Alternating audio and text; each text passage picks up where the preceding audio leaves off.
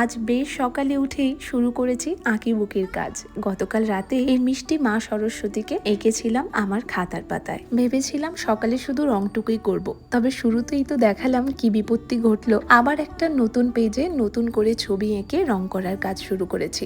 ওই যে কথায় আছে, যখন যেটা হয় ভালোর জন্যই। প্রথম ছবিটাতে আমি ফেব্রিক দিয়ে কালার করা শুরু করেছিলাম, তবে পরেরটাতে যখন আর্টিস্ট কালার দিয়ে করলাম দেখলাম এই রংটা বেশি ভালো ফুটছে, বিশেষ করে ব্যাকগ্রাউন্ডের কালারটা।